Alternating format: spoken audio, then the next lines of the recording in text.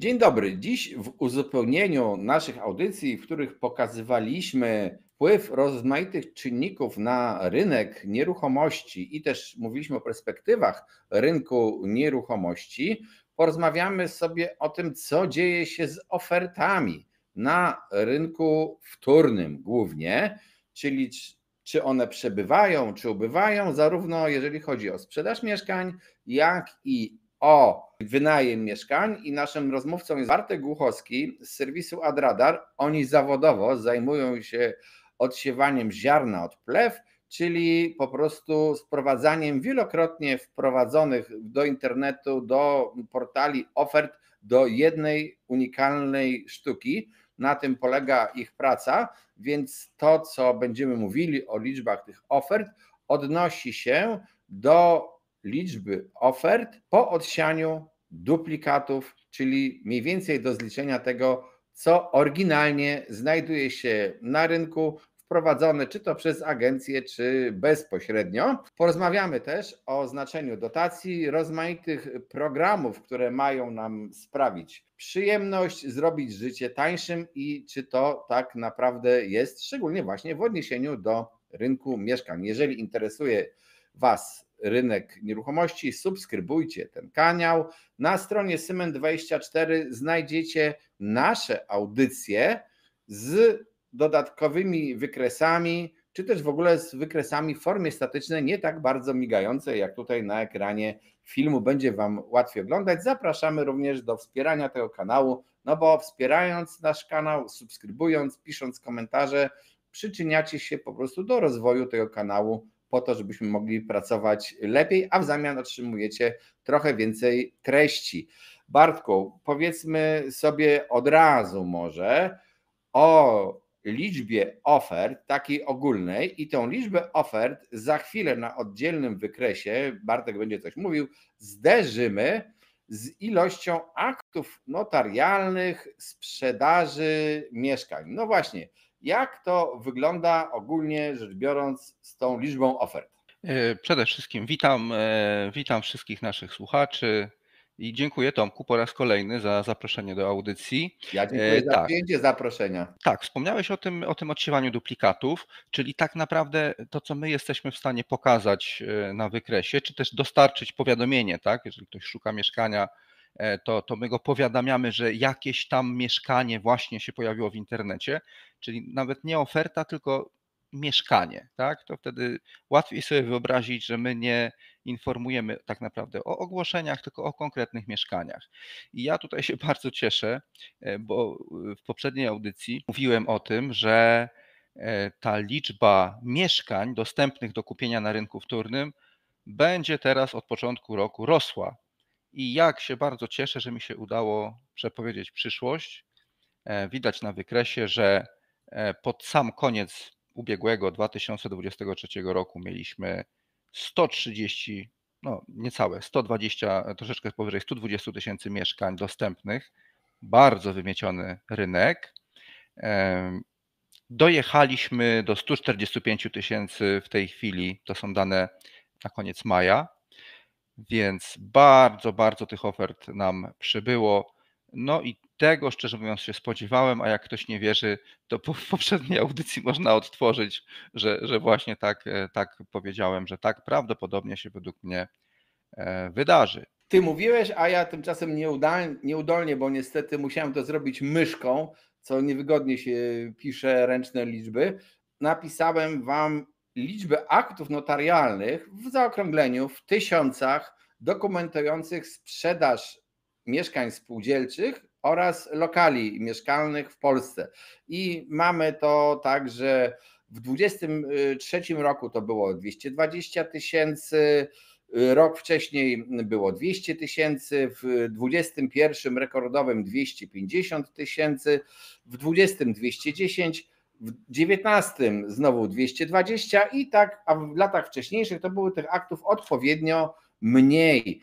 I za chwilę przedstawię Wam wykres w ogóle liczby tych aktów, ale Bartek miał tutaj bardzo istotną uwagę. Zobaczcie, że tu gdzieś ten okres takiej szczytowej liczby ofert to jest na tym poziomie mniej więcej i w okresie takiego wielkiego, sporego wykupu, no to ile nam tych ofert ubyło. Zapas nam się nie wyczerpał, co oznacza, że tak naprawdę możemy dzisiaj, patrząc się, że sprzedajemy po średnio 20 000 mieszkań miesięcznie, to jest oczywiście całkowite uśrednienie, no to mając ponad 140 000 ofert, no to 7 miesięcy rynek by się wyprzedawał, gdyby ani jedna oferta nie wpłynęła. To oczywiście bardzo duże uproszczenie. Skomentujesz to?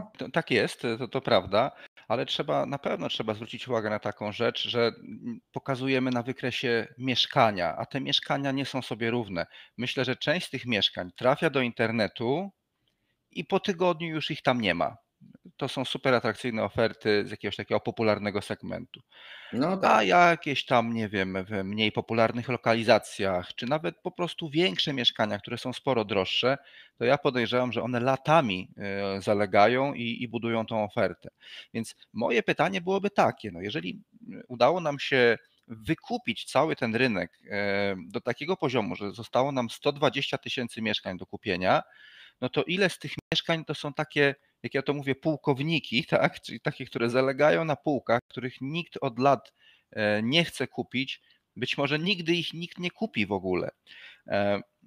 Wrażenia są takie, że to wymiecenie ze 160 000 do 120 000 no spowodowało, że naprawdę tych mieszkań zaczęło brakować. No naprawdę w tym segmencie popularnym przez bezpieczny kredyt no nie było, po prostu nie było i ceny w związku z tym poszybowały na astronomiczne poziomy. Powiedziałeś o tych pułkownikach.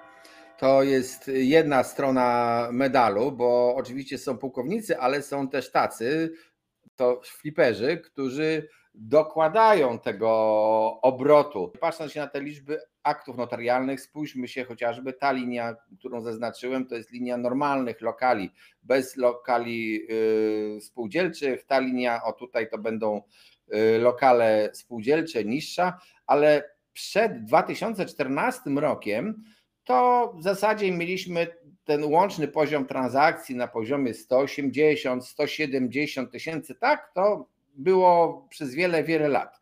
Mówimy o rynku wtórnym teraz, nie o deweloperach i nie o sprzedaży domów.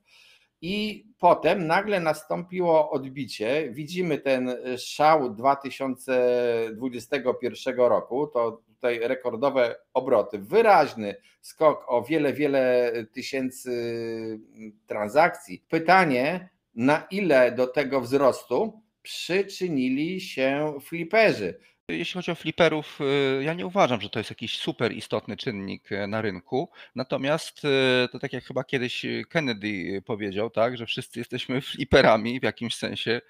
To znaczy mam na myśli takie zjawisko, że bierzemy kredyt, no bo stać nas na mieszkanie powiedzmy 40-metrowe, a potem za 5 lat rodzi nam się dziecko, potrzebne jest mieszkanie, nie wiem, 60-metrowe powiedzmy, więc trzeba sprzedać tamto mieszkanie, z którego ktoś się będzie cieszył, no i kupić sobie nowe większe, z którego my się będziemy cieszyli, a ktoś, od kogo my kupiliśmy to mieszkanie, kupi sobie jeszcze coś innego, nie wiem, może się przeprowadzić do innego miasta.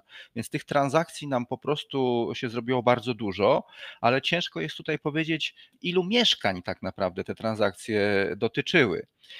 No, fliperzy są takim dosyć już ekstremalnym zjawiskiem. Wiadomo, że są fliperzy, którzy po prostu kupują tylko po to, żeby wynieść stare meble i już ta oferta jest wystawiona na sprzedaż. Ktoś z kolei bez mebli kupuje, postanawia tam robić remont, sprzedaje, tak? Więc też znowu 2-3 transakcje. Że wiadomo, że czasami to jeszcze jest łańcuszek. Fliper kupując i odsprzedając mieszkanie, no to jeżeli to zrobił w jednym roku, to w tej statystyce Ministerstwa Sprawiedliwości jego transakcja mieszkaniem została policzona dwukrotnie, tak? Zakładam, że przypadki robienia flipa na flipie to są nieczęste, chociaż bywają, ale powiedzmy, no to było jakieś tam podniesienie. Jednak tak naprawdę, czy to było tak ogromne, miało znaczenie dla rynku, jak się powiada, to nie wiem. Wszyscy się patrzą, ekscytują, dziennikarze piszą artykuły o tym, że ktoś się chwali, jak zrobił te 1000 transakcji, a jak się spojrzysz na liczby, to nawet tak specjalnie tych 1000 transakcji to niespecjalnie widać w tych Tak, ja myślę, że ogólnie rzecz biorąc, liczba transakcji wzrosła, bo po prostu kredyt był dużo łatwiej dostępny, To tak? I też teraz właśnie pokazuje teraz wykres w tym wszystkim, który widzicie, to jest wykres liczby kredytów mieszkaniowych. No i widzimy tutaj od momentu, kiedy wszedł kredyt na start, bezpieczny kredyt, no to jakiś taki wzrost gwałtowny tej ilości. Te już transakcje w 2024 też są w dużej części jeszcze skutkiem tego programu. no tak, ale też czy stopy procentowe nam spadały mniej więcej od 2016 roku do poziomów już praktycznie zerowych w roku 2021. Ale to mówisz Więc o okresie covidowym teraz. wiesz co, ja ogólnie mówię, że odkąd nam się zmieniła władza na taką bardziej prawą i sprawiedliwą, jak to się mówi, No. no to raczej strategia była taka długoterminowa, żeby te stopy procentowe obniżać i okej, one spadły do zera przez COVID, natomiast już wcześniej one już były też na bardzo niskich poziomach, więc ten kredyt po prostu stał się dostępny dla mas. Część osób powie, ok, to super. No ja nie do końca się z tym zgadzam, no ale to już jest, myślę, taka bardziej akademicka dyskusja. No niemniej ten kredyt stał się bardzo, bardzo łatwo dostępny i to no, musiało pociągnąć za sobą dużą liczbę transakcji. Skutek wysokich stóp procentowych to widzimy tutaj właśnie w tych miesiącach. To był ten okres, kiedy były wysokie i te transakcje po prostu zjeżdżały i spadły na jakieś wieloletnie minimum, co zresztą na tym wykresie transakcji też było widać, kiedy nastąpił spadek transakcji, że ten 22 rok to był zjazd od roku 21 ogromny. No i na No naszym ale wykresie też to było widać, tak? Bo też tych ofert po prostu przybyło, nie było kupujących. Znaczy, zawsze tak łatwo powiedzieć, nie było kupujących. Oczywiście to jest totalna nieprawda, natomiast było o wiele mniej kupujących. O, tak powinienem się precyzyjnie wyrazić. W związku z tym ten wykres sobie tak tańczy w rytm chęci sprzedaży, ale też możliwości kupna, prawda? no tak, to jest to, co mówiłeś. Tutaj były bardzo dobre warunki do kupienia, potem był okres złych warunków, potem była plotka oraz faktycznie wchodzący ten bezpieczny kredyt. No i teraz nie ma tego dopalacza i widać, że ten zapas jak gdyby ofert rośnie. Powiedziałeś o tych pułkownikach. Owszem, ja obracając nieruchomościami znam mieszkania, które latami są sprzedawane, 5 lat, komuś się nie śpieszy. Ci ludzie często, ja nie wiem, po co oni to zgłaszają, tą sprzedaż, bo według mnie, jeżeli chcesz sprzedać, to chcesz sprzedać tu i teraz, po to, żeby coś z tymi pieniędzmi zrobić. No ale niektórzy, widzę, zamiast sprzedać, wolą sprzedawać. To jest spora różnica. Często zresztą oni potem są tak zmęczeni, że sprzedają poniżej ceny, ale ten zapas to nie jest te 120 tysięcy, to jest troszeczkę niżej według mnie. W każdym razie, to co pokazałem wcześniej, skutek spadająca akcja kredytowa, ogólnie rzecz biorąc, i też to, że rośnie zapas ofert, przepraszam, to znaczy, że zmierzamy raczej w kierunku nasycenia rynku, tak? No tak by wypadało powiedzieć, natomiast wiele razy można było tak powiedzieć 5 lat temu. Okazało się, że to jednak nie była prawda. Troszkę wydaje mi się, że tutaj te nasze analizy, nawet oparte na fajnych wykresach, które dostarczają rzetelnych danych, one są bardzo zależne od jakiejś woli polityków, czy jakichś takich czynników zupełnie zewnętrznych i widać, że ten rynek troszeczkę teraz tańczy, tak jak ten kolejny kredyt, tym razem 0% gdzieś tam jest w mediach rozgrywany. No Mówisz niestety, o potworze z Loch Ness czy o Yeti? Bo wszyscy mówią, że ze Różą nikt go nie widział na razie. no właśnie, prawda? Więc ten rynek to nie jest ta sytuacja, która była rok temu, gdzie w zasadzie było to pewne, że ten bezpieczny kredyt wejdzie, że kasa zostanie wlana w rynek. Więc rzeczywiście wydawałoby się, że wszystkie znaki na niebie i ziemi wskazują, że zbliżamy się do tego punktu nasycenia i wreszcie nastąpi ten wymarzony przez wielu okres, kiedy ceny nieruchomości zaczną spadać, ale jakoś tak ja szczerze mówiąc nie do końca w to wierzę. Mm, Wydaje mi się, że być może osiągniemy okres, kiedy ceny nieruchomości się ustabilizują troszeczkę na jakiś czas. No i teraz jest druga noga, czyli inflacja, która albo spowoduje, że to będzie po prostu stabilizacja taka realnie rzecz biorąc, albo że po uwzględnieniu inflacji jednak naprawdę troszeczkę mieszkania stanieją. No to posłuchaj, ja troszeczkę muszę chyba słuchaczom wyjaśnić, bo żeś powiedział, że analizy są nic nie warte. Analizy i analitycy są warci dużo, tylko analizy i analitycy nie mogą przewidywać rzeczy nieprzewidywalnych, bo kto mógł przewidzieć COVID na rok przed COVID-em, tak? Skutkiem COVID-u, strachu rządów przed tym, że gospodarka spadnie, no to było najpierw działanie w kierunku ścinania stóp procentowych lokat do zera, dawanie dotacji, pomocy przedsiębiorstwom.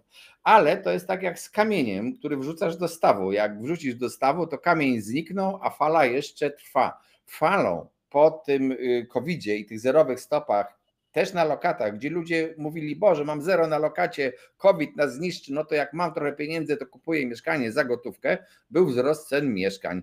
Ale potem przyszła ogólnie w gospodarce taka sytuacja, ojej, tyle pieniędzy wpompowaliśmy w rynek, no to powstała inflacja. To co trzeba zrobić? Stopy procentowe podnieść. Podnieśli stopy, rynek mieszkaniowy w Polsce w praktyce stanął. Zamarł, Troszeczkę tak. chęć zakupów uratowała w cudzysłowie wojna na Ukrainie, no bo nagle przybyło tych Ukraińców i warto było kupić mieszkanie na wynajem i na tym zarabiać. Tak to wyglądało. Potem ten rynek zaczął już tak zamierać, że już banki mówią, Jezus Maria, nikt nie chce kredytu, co my zrobimy, zbankrutujemy. Przypomnijcie sobie te wyniki banków, jakie były. Deweloperzy trochę przestali budować, no to rzucono szczot, że program bezpieczny kredyt, 90 000 umów ponad, no to jest w ogóle wpływ dotacji na rynek. No jak pojawił się tani pieniądz i możliwość kupowania w tanim pieniądzu, no to wszyscy chcieli, czy też wiele osób chciało z tego skorzystać, ceny nieruchomości poszły. Teraz z kolei czekamy, co będzie dalej. Czy będzie ten przyjdzie, czy nie. Nie wiem, czy przyjdzie, ale chciałem powiedzieć właśnie to, co Bartek powiedział. Zobaczcie, jak ten rynek jest rozhuśtywany przez decyzje tak naprawdę zewnętrzne na tym rynku. Gdyby nic z nim nie robiono, to by ten rynek się ułożył. A jeszcze powiedziałeś o inflacji, która będzie podbijać ceny, bo ona podobno ma rosnąć i będzie podbijać ceny. To jest jedno. Inne działanie polityczne, stricte polityczne, to jest podniesienie też wymagań dotyczących co do energooszczędności budynków, trochę złagodzone, ale ten słynny Zielony Ład, dyrektywa EPBD, to pewnie żeście parę razy słyszeli, te rozwiązania po prostu ogromnie podniosą koszty budowy nowych mieszkań i jeszcze wymuszą remonty starych budynków, będą wymuszały i znowu są proponowane dotacje. To znaczy teraz się producenci dowiedzą, aha, będą dotacje na jakieś tam grzejniki, pompy ciepła, inne rzeczy, no to trzeba koniecznie podnieść cenę, bo to jest produkt dotowany. Tak działają dotacje. Nic tak dobrze nie psuje rynku według mnie jak dotacje. Chciałeś coś powiedzieć? Ja się zgadzam. Tak, chciałem powiedzieć, że bardzo, bardzo mi się podobała Twoja wypowiedź. Uważam, że w ciągu 2 minut podsumowałeś naprawdę dokładnie, ja dokładnie mam taki sam obraz sytuacji. Myślę, że moglibyśmy spokojnie to nagrać i na jakąś tam sondę kosmiczną dla obcych cywilizacji wysłać taką wiadomość, bo ona podsumowuje w ciągu 2 minut tak, to, co się w ciągu ostatnich 5 lat wydarzyło na rynku nieruchomości. I ta diagnoza według mnie jest bardzo, bardzo trafna. Ja bym jeszcze dodał jedną rzecz. Zwróć uwagę, że te rzeczy, te czynniki, o których mówiłeś, czyli właśnie ratowanie tego tonącego rynku nieruchomości, tak żeby banki nam nie poupadały, żeby to wszystko się dalej kręciło, też wzmocniło w społeczeństwie taką wiarę w to, że ceny nieruchomości zawsze rosną, że na nieruchomościach nie da się stracić. To są bardzo niebezpieczne zjawiska. Ja osobiście jestem wielkim wrogiem tego, bo to z jednej strony ty mówisz, rząd dosypuje pieniędzy, steruje tymi cenami nieruchomości, ale taka ślepa wiara, taka już pozbawiona jakichkolwiek racjonalnych przesłanek, to już jest niezależne od rządu, a to też może wywołać drastyczne skutki, tak? To tak jak z tymi tulipanami w Holandii było. Że ludzie, którzy po prostu wierzą, tak, zaczynają po prostu bagatelizować to, że nie wiem, od roku 2007 do roku 2011 mieliśmy bardzo duże spadki cen nieruchomości w Polsce. Ale ludzie myślą sobie, to już było tak dawno, a poza tym politycy zatankowani są w kredyty, inwestują w nieruchomości. One nie pozwolą na to, żeby kiedykolwiek jeszcze ceny nieruchomości w tym naszym pięknym kraju spadły. No, ja niestety obawiam się, że taka wiara jest coraz mocniej rozpowszechniona, że ludzie wierzą w to, że trzeba brać te kredyty, bo no nie ma innego wyjścia. Bo tak zresztą jest, tak? Te ceny są na takich poziomach, że bez kredytu mało kto jest sobie w stanie pozwolić na mieszkanie do mieszkania. Nie mówię w celach inwestycyjnych, bo to zawsze coś można znaleźć, ale takie dla siebie, dla rodziny, ceny są na poziomie kosmicznym. Niektórzy mówią, że wiara czyni cuda, ale ja powiem, że im wyżej na drabinę wejdziesz, tym bardziej będzie bolał cię upadek. To po prostu taka jest też prawda i po prostu rynki są cykliczne. Na tym kanale wiele razy prezentowaliśmy wykresy z różnych gospodarek także z Polski, pokazujące cykliczność rynku nieruchomości i to, że wiara w nieustanny wzrost cen nieruchomości jest po prostu sztuczną. Najśmieszniejsze jest to, jakbyście spojrzeli na Włochy, kraj rozwinięty, tam jest w zasadzie ceny są stabilne z tendencją do niewielkiego spadku w ciągu ostatnich 20 lat. Wszystko spada. W Niemczech urosło, spadło. W Polsce były spadki i będą przed nami spadki, zwłaszcza jeżeli policzymy je taką realną siłą, czyli uwzględnimy jeszcze inflację. To wiadomo, tylko pytanie, kiedy to będzie. Ja powiedziałem tylko, dlaczego te spadki nie nastąpiły, dlaczego ta korekta kilka razy, już do której rynek się układał, została odwołana, ale też chciałem pokazać kolejny wykres Bartka, bo on jest bardzo dużo mówiący, już kilka razy mignął na ekranie. To są mieszkania na sprzedaż dostępne tylko przez agencję. Dlaczego ja ten wykres pokazuję? Jeszcze przejdziemy w ogóle do udziału agencji w następnych wykresach i do ilości ofert bezpośrednich, ale co według mnie mówi ten wykres pokazujący sprzedaż mieszkań dostępnych tylko przez agencję? Regułą prawie jest to, że w nieruchomościach w okresie, kiedy jest trudniej sprzedać mieszkania, to ludzie zgłaszają je chętniej, czy też odczuwają konieczność do zgłoszenia tej oferty do agencji nieruchomości. Gdy sprzedaż jest łatwa, wolą sprzedawać sami, bezpośrednio dając ogłoszenie. To zresztą wcale nie dziwne, to raczej takie naturalne zachowanie. No i możemy się patrzeć i zobaczcie, że w okresach, kiedy rośnie liczba ofert w agencji, to mamy do czynienia generalnie z okresem kryzysowym. Czy teraz też idzie kryzys w takim razie? W pewnym sensie pewnie idzie, tak myślę, aczkolwiek ja czasami mam takie pesymistyczne myśli, może niepotrzebnie.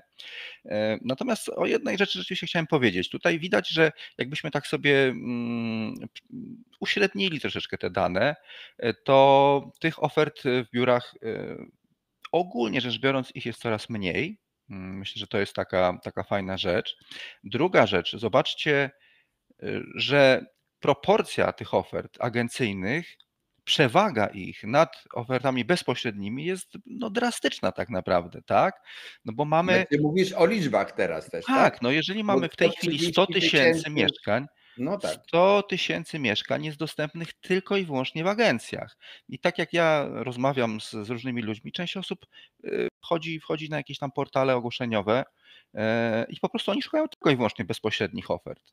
Tak, bo no właśnie, dobrze, że pokazujesz, tak, że w tej chwili mamy 100 tysięcy mieszkań jest dostępnych przez agencję, wyłącznie przez agencję, natomiast bezpośrednio można upolować około 40 tysięcy. Tak to wygląda.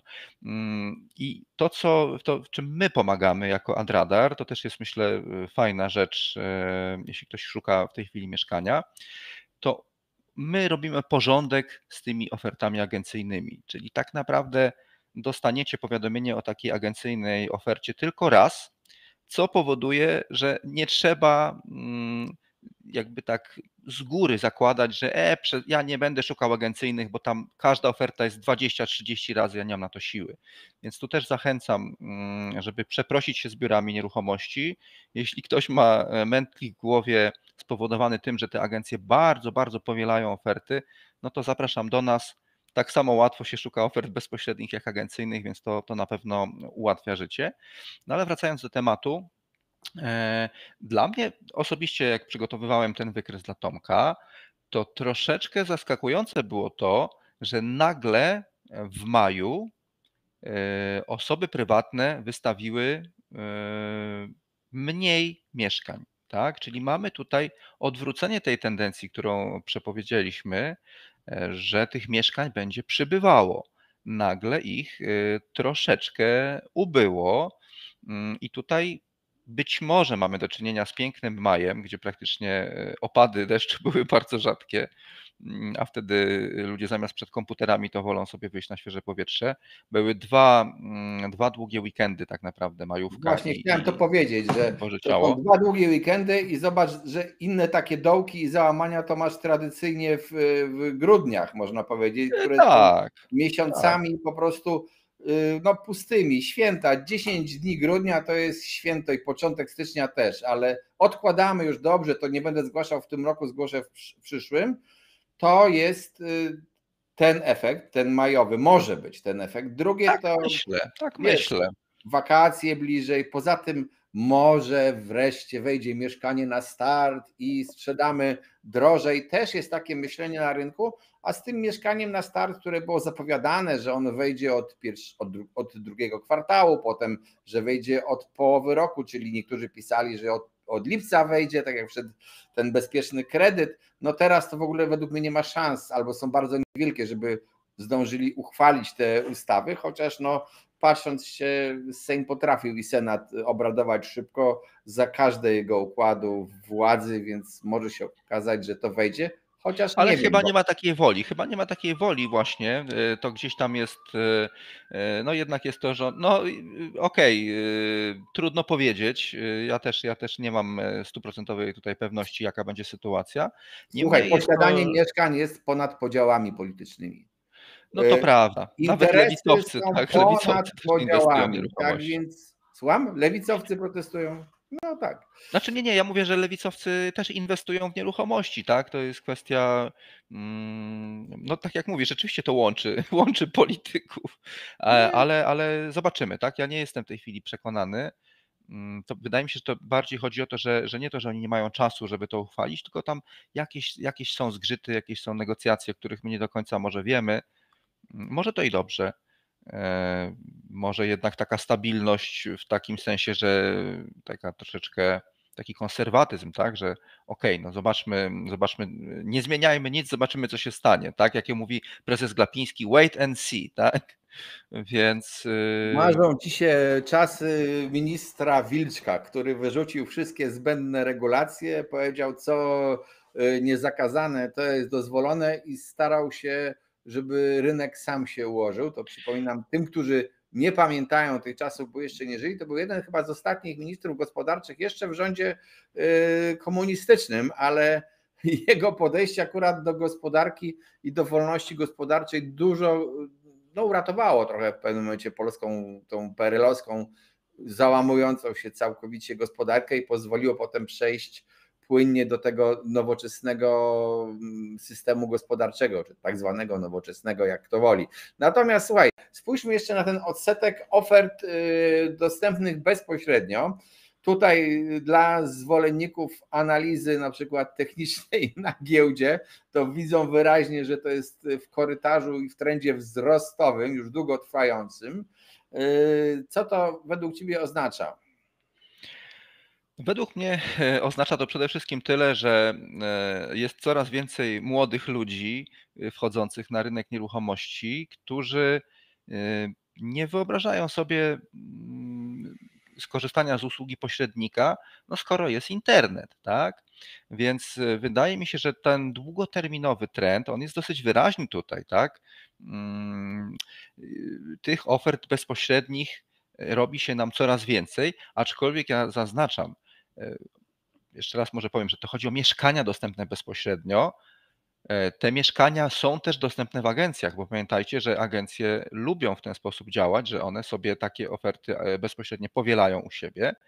Natomiast ten wykres mówi tyle, że w tej chwili około 30% mieszkań dostępnych na rynku można kupić bezpośrednio od właściciela. Wystarczy wejść do internetu, wyszukać tą ofertę i ten numer telefonu do właściciela się po prostu pojawi. Tak? 30%. Czy to jest dużo, czy to jest mało? No według mnie to jest jednak mało, bo to oznacza, że 70% mieszkań, które są w tej chwili wystawione na sprzedaż, absolutnie nie znajdziecie numeru telefonu do właściciela, tylko agencja nieruchomości jakaś lub jakieś kilka agencji nieruchomości oferuje takie mieszkania. Także to jest dla wielu pewnie niespodzianka, że tak wiele jest ofert u pośredników, a ja uważam, że to jest wyraźny sygnał, że tych pośredników jakby nie można odsiewać przy wyszukiwaniach, bo naprawdę tracimy wtedy ogromny fragment rynku. Co będzie dalej? No według mnie tutaj akurat z tego wykresu można wyczytać, że tych ofert bezpośrednich powinno być coraz więcej i więcej. Natomiast dobrzy pośrednicy według mnie nigdy nie znikną z rynku, a może też dojdziemy do takiej sytuacji, że ten zawód się nam tak jakoś tak wyewoluuje jak w Stanach Zjednoczonych, że tam jest proporcja praktycznie bezpośrednia sprzedaż nie istnieje, tak? Więc różnie to może być. Oczywiście można sprzedawać samemu jakąś nieruchomość, ale trzeba też tę sprzedaż w jakiś sposób obsłużyć. Jak mieszkasz w tym mieszkaniu, które sprzedajesz, to jest ci dość wygodnie to obsługiwać, w sensie takim, że wpuszczasz ludzi do miejsca, gdzie mieszkasz. Może to nie jest fajne, że oglądają twoje meble, twoje dzieci i tak dalej, ale to obsługa takiej transakcji jest prosta. Jeżeli społeczeństwo staje się mobilne, przenosi się z miasta do miasta, praca jest ważniejsza niż mieszkanie, to wtedy też taka obsługa transakcji przez tą osobę bezpośrednio sprzedającą staje się trudniejsza. Jest też ważne jakieś doradztwo. Sporo pośredników przechodzi też na pozycje takie i pośrednika, i flipera. To jest naturalny kierunek rzeczy, więc ja nie wieszczyłbym teraz śmierci zawodu pośrednika. Te pogłoski są po prostu dalece przesadzone. To też wszystko zależy, jak powiedziałem, od fazy rynku. W momencie, kiedy ta sprzedaż, że tak powiem, żre, w cudzysłowie, no to ludzie często nie zgłaszają ofert do pośredników, no bo wolą sprzedawać sami. Czy robią na tym lepszy interes, czy nie, no to jest już dyskusyjnie, różnie z tym bywa. Czasami oszczędzając prowizję tracisz 5 razy więcej, ale to każdy musi swój biznes zrobić. Natomiast ja powiedziałem o tej takiej płynności, mobilności tych ofert i interesuje mnie teraz wykres mieszkań do wynajmu, bo to jest też chyba ciekawie tu się dzieje. Ciekawie, bardzo ciekawie bym nawet powiedział, bo mieliśmy akurat dwa takie szoki tutaj na tym rynku w ciągu ostatnich 5 lat, czyli COVID, gdzie nagle się okazało, że mamy 125 000 mieszkań gotowych po prostu do zamieszkania, tak, wystawionych do wynajęcia. 125 000, dużo. Potem to się troszeczkę zaludniło, powiedzmy, głównie przez studentów. No i potem drugi szok, wojna, spadło to do 40 000. 40 000 mieszkań, malutko. Czyli amplitudę mieliśmy tutaj naprawdę drastyczną. No, Tomku, 80 000 mieszkań nagle, że tak powiem, przerotowało. No to są gigantyczne rzeczy. Oczywiście wynajem to jest taki bardziej elastyczny. On się szybciej dostosowuje. Też nie jakoś błyskawicznie, bo część umów jest na rok podpisana. Czyli jeżeli ktoś kupuje mieszkanie, bo zwietrzył okazję, chce zainwestować właśnie w wynajem, no to też przecież nie zrobi tego z dnia na dzień, tak? Natomiast od wybuchu wojny widać, że też oferta tych mieszkań do wynajęcia się nam odbudowuje i z tego poziomu 42 000 dojechaliśmy już do 80 000 w tej chwili. Być może są jakieś przesłanki tutaj po prawej stronie wykresu, żeby powiedzieć, że to już jest stabilizacja, Być może, e, bo też to są mniej więcej liczby, z którymi mieliśmy do czynienia przed COVID-em. Czyli tak jakby 80 000 mieszkań do wynajęcia było może taką normą. I ja się teraz zastanawiam, bo wiem, że część osób pozbywa się mieszkań, które mają w tej chwili do wynajęcia, bo troszeczkę ta rentowność nam przygasła, troszeczkę to nie jest, wydaje się, że to nie jest już taki złoty biznes, jeżeli kiedykolwiek był, no ale powiedzmy, że przy oprocentowaniu lokaty 0%, to nawet 4 czy 5% na wynajmie, no to naprawdę jest fajnie. Teraz troszeczkę to się już, ta różnica między wynajmem a obligacjami przechyla się na korzyść obligacji, więc być może te czynniki prowadzą do tego, że ta liczba mieszkań do wynajęcia nam się ustabilizuje na poziomie około 80 000. No zobaczymy, bo z tym wynajmem to też mamy tutaj do czynienia z czynnikami zewnętrznymi też. Walka w mediach jest przede wszystkim, ale też czasami wypowiedzi polityków, oczywiście pustostany, to skandal, ile tych mieszkań pustych jest. No część to jest mit, bo te pustostany są albo w ruinach, albo tam, gdzie nikt nie chce mieszkać, ale część to jest faktycznie w dobrych lokalizacjach i mogła być zamieszkana. Niestety ustawa o prawie lokatorów, tak, o ochronie praw lokatorów, tak skutecznie chroni te prawa, że przeraża wielu potencjalnych wynajmujących i wolą mieć mieszkanie puste, niech stoi 5 lat, aż dziecko skończy lat 18 i się wyprowadzi, a na razie po prostu nie miejmy kłopotów z takimi najemcami. Też taka reakcja jest, co powoduje, że te mieszkania nie są w ofercie, czyli cena rośnie. Bardzo dużo mieszkań zostało kupionych inwestycyjnie, ta pula ludzi inwestujących w wynajem znacząco wzrosła i część z nich faktycznie chyba wychodzi z tych ofert, tym bardziej zresztą, że akurat to na przykład zwrot z kapitału, jak tam ROI liczone popularnie, tak, no to w tych dużych miastach to jest w ogóle bardzo, bardzo kiepskie w tej chwili. Jeżeli byś chciał kupić mieszkanie i je wynająć, to raczej, no szczerze mówiąc, nawet lokatę można dostać w banku lepszą. Nie No tak, trzeba tylko wiesz co, iść w obligacje. Chciałem powiedzieć, tak, że w gorszych miastach, znaczy w tych tańszych miastach, takich mniej popularnych, wbrew pozorom, to jeszcze całkiem jest biznes i tam powiedzmy za cenę mieszkania warszawskiego w takim mieście można sobie kupić 2 albo 3 mieszkania do wynajęcia, co taka dywersyfikacja też jest zawsze dobra. Wraca problem oczywiście obsłużenia tych mieszkań. znaczy wiesz, no bo tutaj to są dwa aspekty. Po pierwsze, w tych mniejszych miastach, gdzie na papierze ROI wychodzi lepszy, nie mamy danych, ile czasu trwa wynajęcie takiego mieszkania. Bo w Warszawie mamy. Nie, Ja mogę nie, nie, powiedzieć, nie, no właśnie nie mamy nie niewiele mamy. takich danych Ja i mogę powiedzieć to z jest własnego ważna rzecz. doświadczenia. Chciałem Mhm. podkreślić, że to mówisz, że jest ważne. Tak.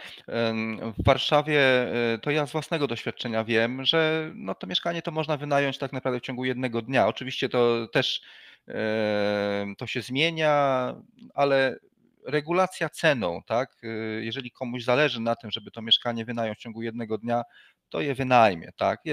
Warszawa jest takim nieograniczonym tak naprawdę rynkiem. W mniejszych miastach obawiam się, że nawet jeżeli by to mieszkanie tam, nie wiem, dopłacić komuś, żeby zamieszkał, to i tak miesiąc czy dwa być może trzeba będzie poczekać, ale to jest jedna rzecz. Druga rzecz, no ta alternatywa lokata, obligacje. No dzisiaj z dostępnych na rynku obligacji mamy, zdaje się, jeśli ja dobrze kojarzę, najdłuższe to są 3-letnie obligacje, które gwarantują oprocentowanie około 6,5% przez całe 3 lata trwania takiej obligacji. Te bardziej długoterminowe obligacje, czyli na przykład są dostępne 10-letnie, no to one są uzależnione od inflacji, czyli jest inflacja plus marża i to też jest gwarantowane przez 10 lat. No i teraz jest pytanie. Jeśli kupimy takie mieszkanko, no to wielu z nas wierzy w to, że w ciągu 10 lat no nie ma takiej możliwości. To mieszkanie nam zdrożeje co najmniej o inflację, a jeszcze w międzyczasie sobie będziemy je wynajmować. No więc jak tak spojrzymy, obligacje kontra mieszkanie, no to mieszkanie nadal wygra. Natomiast no my tutaj z Tomkiem no wiemy o tym, że to wcale nie jest takie oczywiste. Wcale nie musi tak być, że wartość nominalna mieszkań w ciągu 10 lat nawet będzie się pokrywała z inflacją. Nie wiemy tego, natomiast obawiam się, że wielu inwestorów jednak wierzy w to, że na mieszkaniach się nie traci i stąd nadal jest bardzo dużo chętnych inwestowaniem w wynajem, mimo że dzisiaj, tak zachłannie patrząc, to się po prostu nie opłaca. Znaczy podstawowa taka nauka, jeżeli chcesz obliczyć swoją inwestycję, w co inwestować, to licz wszystko w cenach dzisiejszych, teraźniejszych.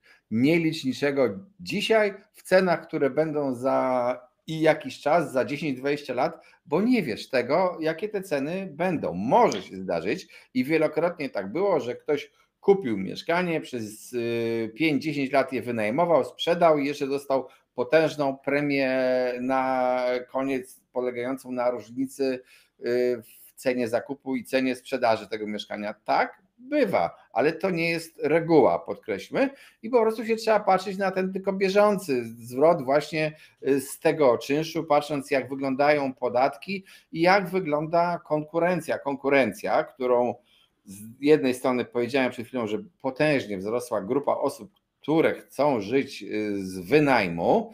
Część z nich rezygnuje, bo widzi alternatywny, jak tak zwany koszt kapitału i woli przenieść te pieniądze w inne miejsca, albo się zmęczyło użeraniem z lokatorami, ale też znowu są teraz kolejne zapowiedzi z kół będących przy władzy dotyczące rozwoju budownictwa społecznego. Społecznego, tak. To taki eufemizm trochę, bo co to jest to budownictwo społeczne, taki ni pies, ni wydra, trochę komunalne, trochę spółdzielcze, trochę jakieś tam jeszcze inne. No, To jest coś, co chyba nie TBS, wchodźmy, tak?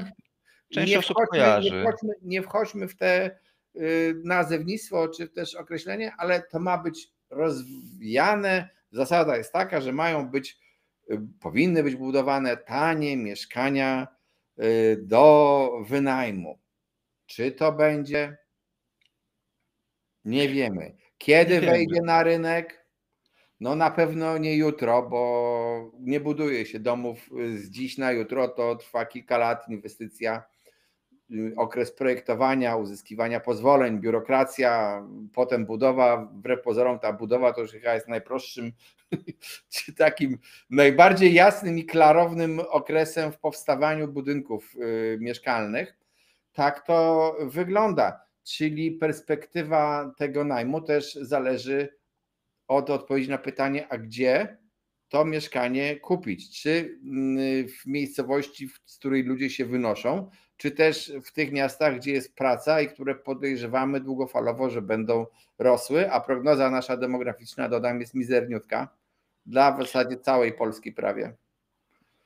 Tak, to prawda. Wiesz co, no jak tak wsłuchać się troszeczkę w rynek, który nie zawsze ma rację w jakimś sensie, tak? Znaczy rynek ma zawsze rację, ale inwestorzy niekoniecznie, to jednak wydaje mi się, że patrząc po cenach nieruchomości w tych dużych miastach, w tych ośrodkach akademickich, w tych ośrodkach, gdzie jest praca, ceny są tak wygórowane i nabywcy nadal się znajdują, że chyba jednak rynek się skłania tą opcję dużych miast.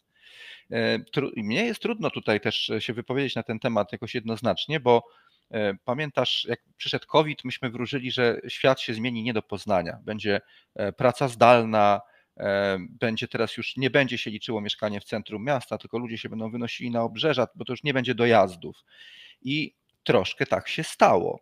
Troszkę tak jest. Bardzo dużo moich znajomych pracuje w tej chwili tylko i wyłącznie zdalnie. Siedzą sobie w swoich dużych domach gdzieś na obrzeżach dużych miast, więc to się stało. Ale mimo wszystko, no, można by powiedzieć, ok, no to już minęło 4 lata od tego COVID-u, no już powinno być na wykresach cen, w centrach dużych miast powinno być już widać, że ci ludzie się wynoszą. A tu nie, a tu po prostu rośnie dalej. Popyt jest gigantyczny na to centrum miasta, więc tak jakby ta rewolucja związana właśnie z pracą zdalną, no albo jeszcze się nie rozkręciła w pełni, albo to jednak dotyczy stosunkowo niewielkiego segmentu społeczeństwa. A tutaj nie powiem, żeby się zgodził z tobą, bo na przykład to już widać w Niemczech, gdzie ludzie coraz chętniej kupują nie to, że domy pod miastem, tylko mieszkania na obrzeżach. No, powiedzmy takich, jakbyśmy kupowali gdzieś na końcu Białęki mieszkania. Dlaczego? bo są tańsze, albo w aglomeracjach pod dużym miastem, przecież Warszawa jest otoczona wianuszkiem miast, tworzy w ogóle drugi co do wielkości potężny i nowoczesny okręg przemysłowy w Polsce. Te miasta to jest ogromna produkcja, bardzo nowoczesna i ci ludzie często też mieszkają w jakimś gdzieś pod Warszawą, a dojeżdżają do Warszawy. Oni tylko tutaj pracują, na dzień dojeżdżają, taka jest prawda. I w związku z tym dochodzi taka sytuacja, że te centra napompowane, one dzisiaj jeszcze tkwią w tej cenie, tylko jest pytanie takie, a dlaczego ja mam kupić w centrum, jak mam na przykład dobry dojazd, albo w ogóle pracuję zdalnie, albo dojeżdżam metrem sobie w 20 minut, czy autobusem w 20 minut do pracy, autobusem, podkreślam, nie własnym samochodem, dojeżdżam sobie, czy tramwajem, dojeżdżam sobie do pracy codziennie, a mieszkam na obrzeżach miasta znacznie taniej. To będzie następowało i ten kierunek według mnie jest. Ty powiedziałeś Na zresztą... pewno jest, tak, ale ja się zgadzam z tobą. Jest taki kierunek, też zobacz, jest kierunek taki, żeby nie mieć dzieci, co też jest argumentem za tym, żeby gdzieś tam się wynieść, bo nie trzeba wtedy nawet jakiejś fajnej szkoły. Tym dzieciom nie trzeba ich wozić do szkoły, nie trzeba organizować jakichś tam zajęć dodatkowych. Więc ja uważam, że tak, że w długim terminie no tak by to wszystko wskazywało, że centra miast przestaną być takie super atrakcyjne. Natomiast na razie patrząc po cenach, tylko tyle chciałem powiedzieć, no nie widać tego, nie widać tego. Ceny w takim ścisłym centrum no są po prostu astronomiczne, tak? To idzie siłą rozpędu też troszeczkę i są różne miasta w Polsce, nie możemy mówić, że to we wszystkich miastach tak się dzieje, ale chciałem powiedzieć o czymś innym jeszcze. Zauważ, jak wiele ostatnio jest komunikatów o tym, że jakaś fabryka gdzieś tam w Polsce, bardzo często zwalnia. w małej miejscowości, zwalnia, likwiduje się, odchodzi i najczęściej to, co ja czytam, to jest z jakiego powodu i są podawane dwa powody. Pierwszy to jest wzrost cen energii niesamowity w Polsce, i drugi to jest wzrost płac w Płacy, Polsce. tak. I wynosimy się do Chin. Coś ciekawe, zresztą Niekoniecznie, do Rumunii pierwszy tak, krok. ale Niemcy, co ciekawe, płaczą, mówią, no tak, nasze fabryki są zamykane, przemysł, bo ludzie się wynoszą do Polski, a już chyba niekoniecznie do Polski. I teraz, jaki to ma związek z nieruchomościami? W takiej małej miejscowości, która ma na przykład 20 tysięcy, 25 tysięcy osób mieszkających, zwolnienie 400 osób z pracy, to de facto jest strata pracy, czy też źródeł utrzymania dla powiedzmy 2000 albo może 1500 osób, a patrząc się na tych dorosłych i zarabiających, to jest istotny procent populacji zarabiających, bo w tych 20 tysiącach to są i emeryci, i dzieci, i grupa osób, która I księża zarabia. jeszcze. I księża, tak. I to wygląda w ten sposób, że to jest, no, pokazuje słabość mieszkania w takim małym rynku i słabość też inwestowania w takim małym rynku. I ci ludzie mogą wynosić się po prostu, ci, którzy są mobilni jeszcze w odpowiednim wieku, w poszukiwaniu pracy albo za granicę, albo do większych miast, bezpieczniejszych miast w Polsce. Jeżeli jest jakiś region, który jest monokulturą jakiegoś jednego przemysłu, albo jakiś jeden przemysł, który jeszcze ma być zamknięty, ma wkrótce po prostu być zlikwidowany, no to ten rejon też jest, powiedziałbym, średnio perspektywiczny co do dalszego rozwoju. Pewnie wiecie, o jakim regionie Polski mówię, po co ja mam tutaj podawać nazwę, sami się domyślcie.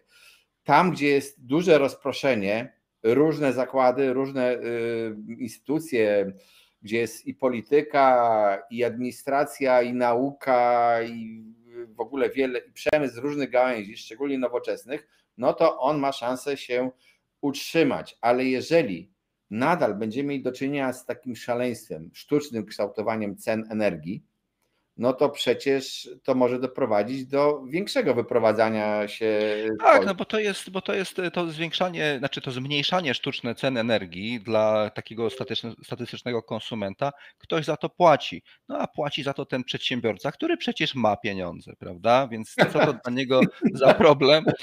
Tylko, że jakby ktoś zapomniał w tym planie, że taki przedsiębiorca jest na tyle sprytny, że właśnie zauważy, że w Rumunii to jest sporo taniej niż w Polsce, tak? Płaca minimalna jest sporo niższa. przy, tak jak powiedziałeś, nawet 400 osobach. To łatwo to przeliczyć, że to są drastyczne oszczędności, które no gdzieś tam tą zaklinowaną u nas inwestycję wydawałoby się nie do ruszenia, jednak są w stanie przerzucić do innego państwa. Natomiast druga rzecz z tą demografią jeszcze, to nie wiem, Tomku, też pewnie wiesz o tym, że o ile te prognozy demograficzne są bardzo niekorzystne dla Polski, to nie trzeba być statystykiem, żeby to wiedzieć, to dla tych dużych miast już tak nie do końca. Jednak przewiduje się, że te zjawiska, o których ty mówisz, że z tych mniejszych miast, ze wsi, będzie migracja do Warszawy, do Wrocławia, tak, do dużych takich centrów, więc tu nie do końca taka zapaść demograficzna gdzieś tam na horyzoncie nas czeka. I też ci powiem, że też nie do końca, Mhm. bo jak się spojrzysz na prognozy demograficzne, ja je prezentowałem, link na dole do audycji w ogóle poświęconej demografii, to na tych prognozach w tych dużych miastach, wbrew pozorom w 2040 lub w 2060 też jest przewidywany spadek liczby ludności. Ale nie aż Gdzie tak, ludzie tak? mają mieszkać według tych, gdzie ma przybywać?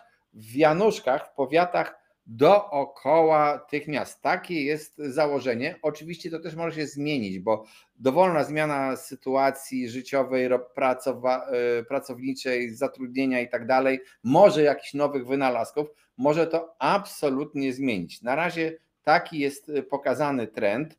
Jeżeli do Polski nie będą napływali imigranci, to po prostu jeszcze bardziej będzie to dołowało. Jeżeli odpłyną ci, którzy przyjechali do nas tak licznie, to też to będzie dołowało i to wszystko wpłynie na rynek nieruchomości. Powiedziałeś o tym prądzie. Ten prąd to i właśnie taki system. Zobacz, co mamy w tej chwili do czynienia. Wprowadzamy jakieś rozwiązanie unijne na przykład, albo na skutek unijnego, jakieś tam certyfikaty na dwutlenek węgla i tak dalej, spalanie, rozmaite takie kwity i robimy sztuczną cenę energii, wysoką.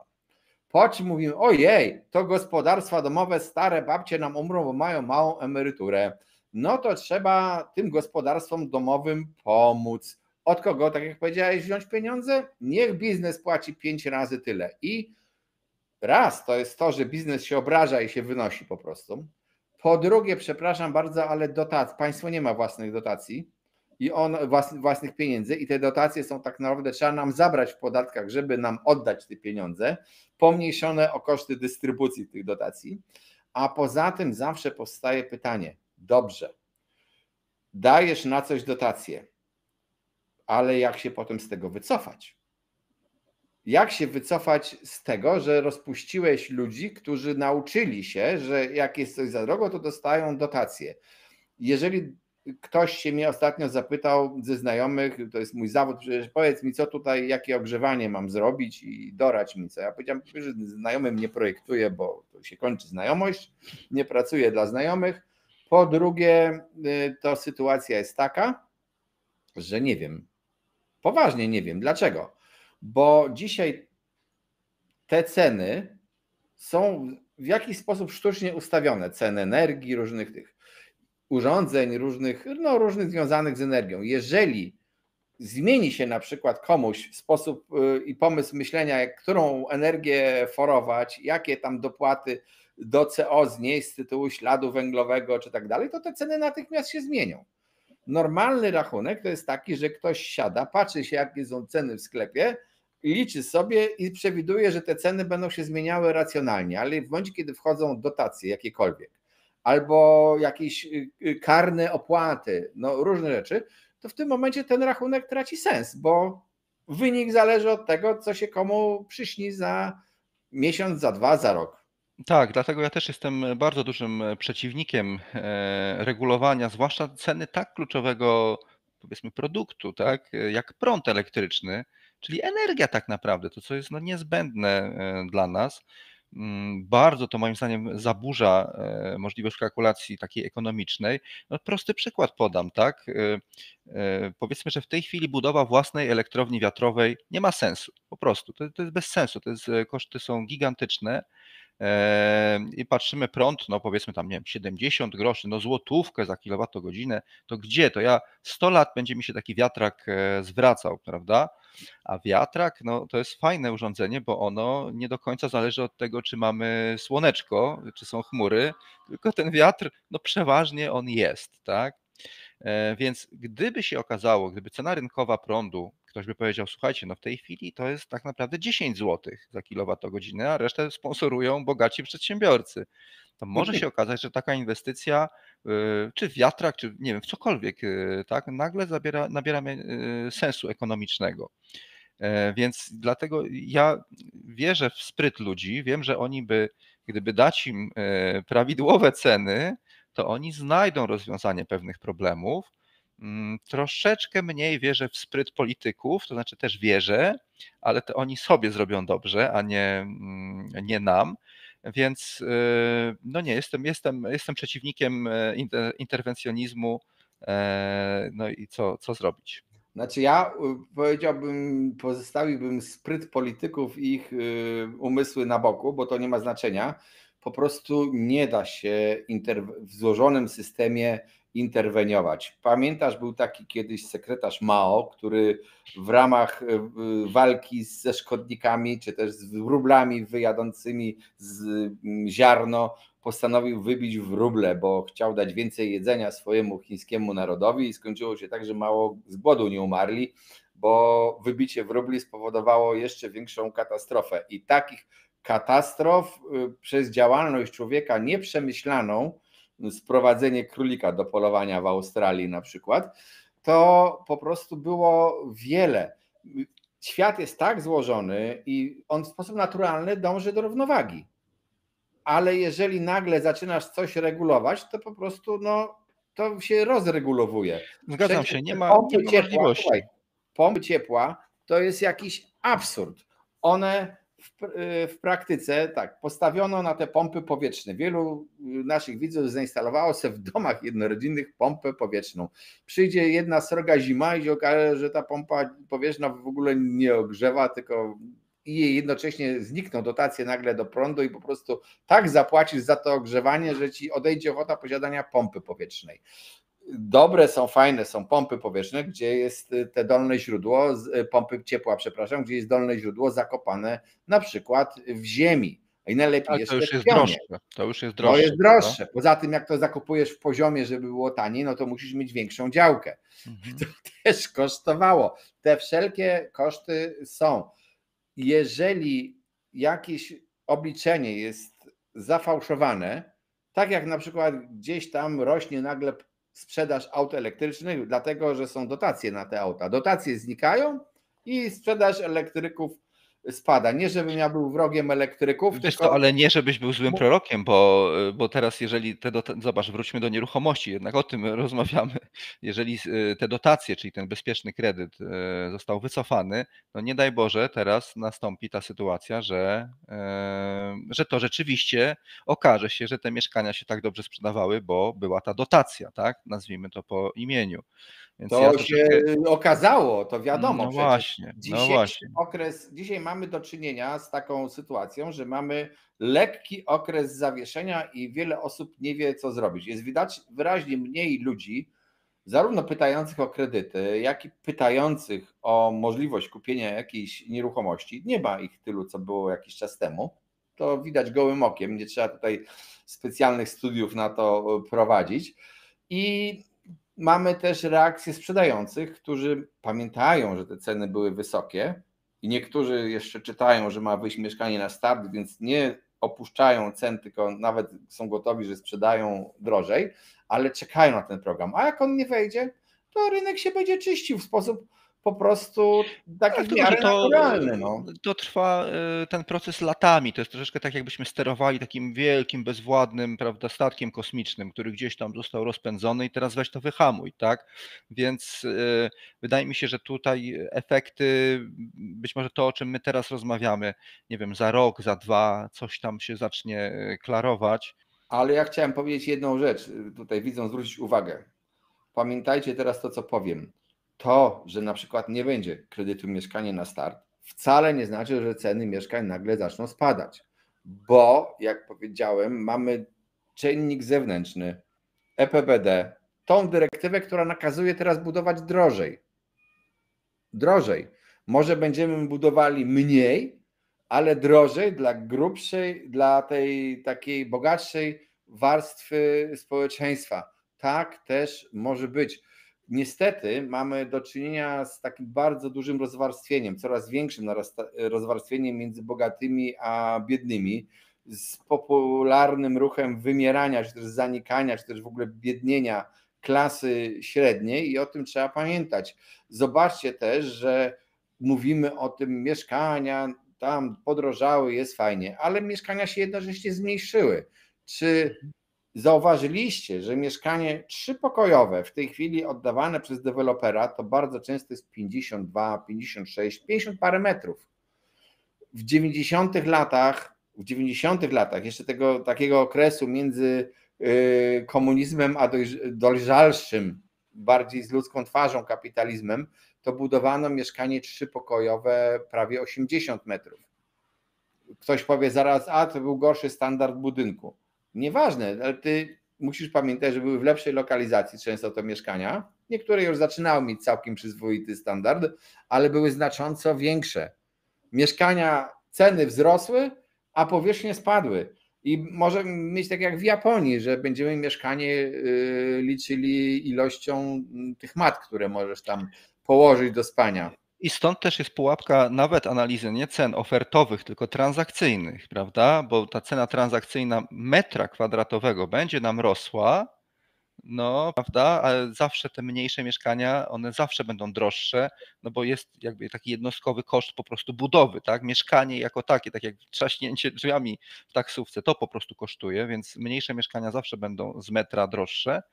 No i to też powoduje wzrost ceny transakcyjnej, tak, który może wielu cieszyć, a okazuje się, że ta statystyka ma jakieś takie swoje drugie dno, prawda? No jeszcze ma trzecie i czwarte, No bo jest oczywiście. tak, że pokazywałem Wam w poprzedniej audycji ceny, w jednej z poprzednich audycji, ceny transakcyjne zaprezentowane przez NBP, gdzie one jeszcze rosną zarówno na rynku pierwotnym, jak i na rynku wtórnym. W większości miast tych dużych w Polsce, te co podaje NBP, które bada NBP, jeszcze w pierwszym kwartale 2024. Ale dlaczego one rosły? Trzeba się zapytać. U deweloperów są to liczone nie tyle transakcje, co te kontrakty, czyli zawarł umowę deweloperską. Przeniesienie własności będzie za 2 lata na przykład, ale dzisiaj zawarł umowę deweloperską, a tam jeszcze niemalże łopaty nie wbił albo wbił dopiero łopatę w ziemię. Na tym etapie on sprzedaje. I teraz, kiedy zniknął z rynku ten bezpieczny kredyt 2%, po te mieszkania do deweloperów kupują ludzie, którzy są zamożniejsi, którzy wtedy, kiedy był bezpieczny kredyt i takie kupowali, ale kupowali te lepsze, czyli odpadli ludzie, którzy wykupują te tańsze mieszkania od deweloperów w niektórych miastach. I w związku z tym cena transakcyjna wzrosła, bo jest tak, jest mniej transakcji i to nawet znacząco, za to one dotyczą tych bardziej atrakcyjnych mieszkań i masz wykres, że cena transakcyjna rośnie. Jeżeli chodzi o rynek wtórny znowu, to w rynku wtórnym na pierwszym kwartale 2024 to jeszcze potężne piętno odniosły umowy, które były tak naprawdę uzgadniane w grudniu, w listopadzie, w październiku 2023, a na rynku wtórnym liczone są akty notarialne, które tylko dokumentują ostateczną umowę. Nie wiem, czy wiecie, ale jeszcze w kwietniu 2024 według BIK-u było wśród umów kredytowych ponad 500 umów z programu BK 2%. 4 miesiące później. To jest dla mnie dziwne, ale tak było.